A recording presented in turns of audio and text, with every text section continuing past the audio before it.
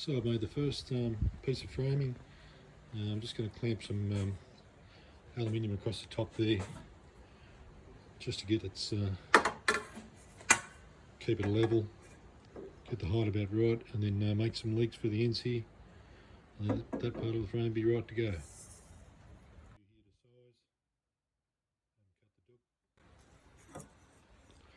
Now these legs need to be a little bit bespoke because they're going to need to be on an angle every which way.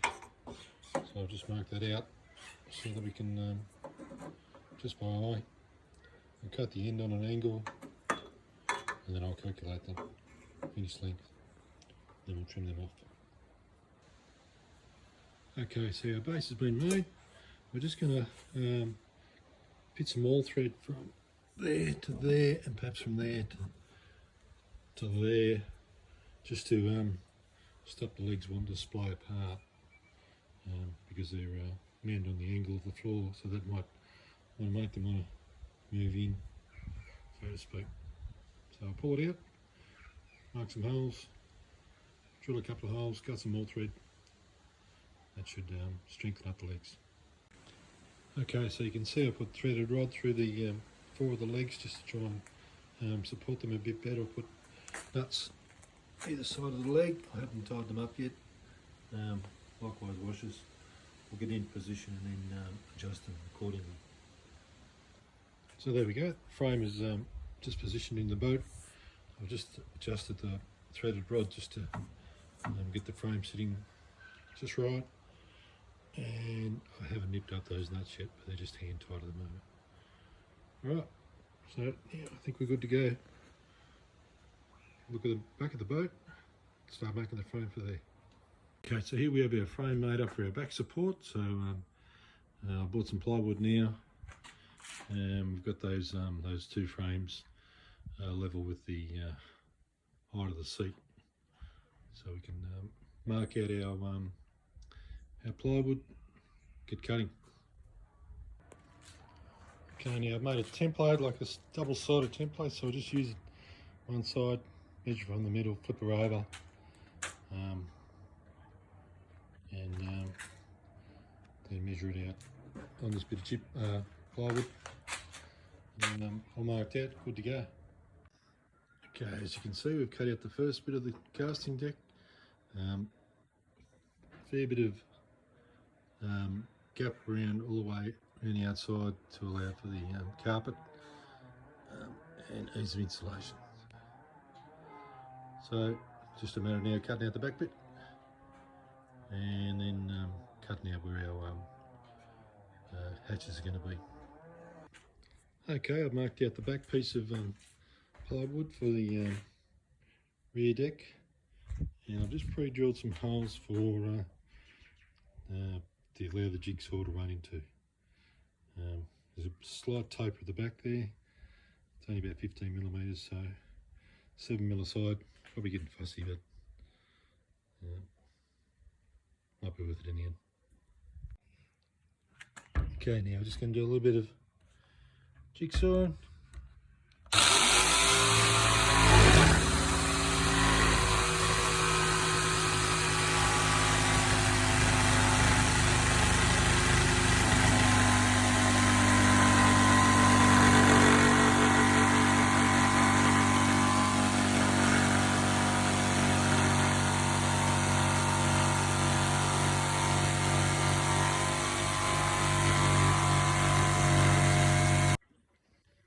Okay, time to see if she fits.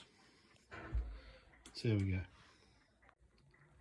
Okay, yeah, she's sort of fouling over here. I'm just going to trim that a bit more there and there, and there's a bolt that is fouling on there, and then should sit down okay. So it fits a bit too snug. I might take a little bit out of these corners just to make room for the carpet, and trim a bit out of there, I think. Although by the time I pull that forward, they'll be about right. Okay, I think I found a bit of a mistake there. I might need to make a bit more room there for when the motor tilts up, otherwise it's going to foul.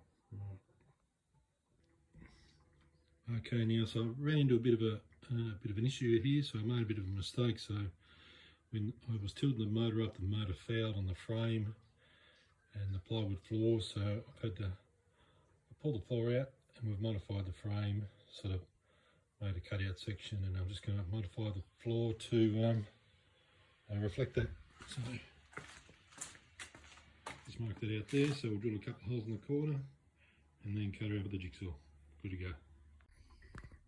Okay, we've cut out our extra bit for the make room for the tilt of the motor, and I've also cut out room for 2 hatches, and the hatches themselves will seat down on that on the aluminium. We'll hinge them. Should be good. And we'll left a gap all the way around to make room for our carpet.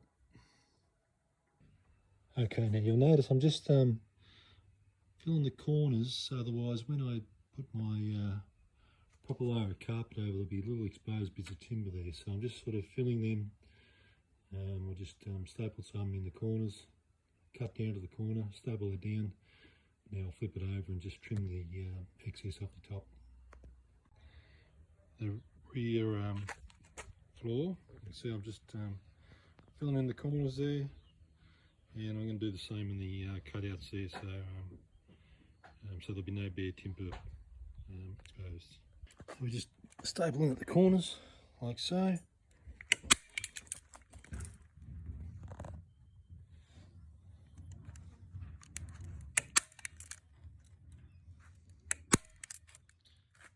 Cut in on an angle.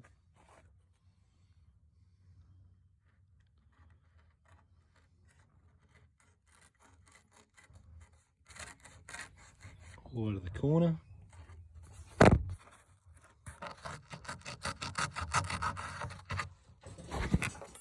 Like so. Fold them over, staple them down, then we just trim the dags off at the top there. Okay, so you'll notice I've just covered those corners, just where my folds are going to be, just so that there'll be, if my corner folds aren't perfect, there'll be no timber still exposed. Yeah, that's the bottom side, look at it there. Okay, now I've applied a fairly liberal coating of quick grip to either side, like the one side of the timber and the bottom side of the carpet. So I'm just letting it get a bit tacky, and then we'll press them together. Okay, I've stapled on all the carpet. I've left a bit of overhang there to go down the front of the seat bit, and the tuck underneath. We'll trim that off later. That's how she fits. I'm a bit worried that it might be a little bit tight at the back, which will be a bit annoying. I'll have to peel off some of the carpet, trim it, trim the timber and refit it. See how we go. Okay, so far so good. Just got to trim around that area there, get it to fit down the front of the seat, screw it down to the aluminium frame and screw the front down. Then we'll cut a bit out for the glove box once the glove box arrives. Okay, so that's the rear deck fitted. You'll notice the front bit of carpet hasn't been stuck down yet. I'm just waiting for a glove box that fits in the front. So I'll leave that until after I've fitted that. And so next it's covering up the doors, fitting them, hinging them, and moving right along. Okay, so that's the floor all done, the foredeck's done. Just got to tidy up that cabling there, the wires are in flexible conduit, just got to pop that back up, fit some seats. There's a glove box there, switches over there, we've got nav lights, sounder and some strip lights hooked up to that. The strip lights are useless, I think I'll replace them. Got a new glove box there, compartments on the rear there, good to go.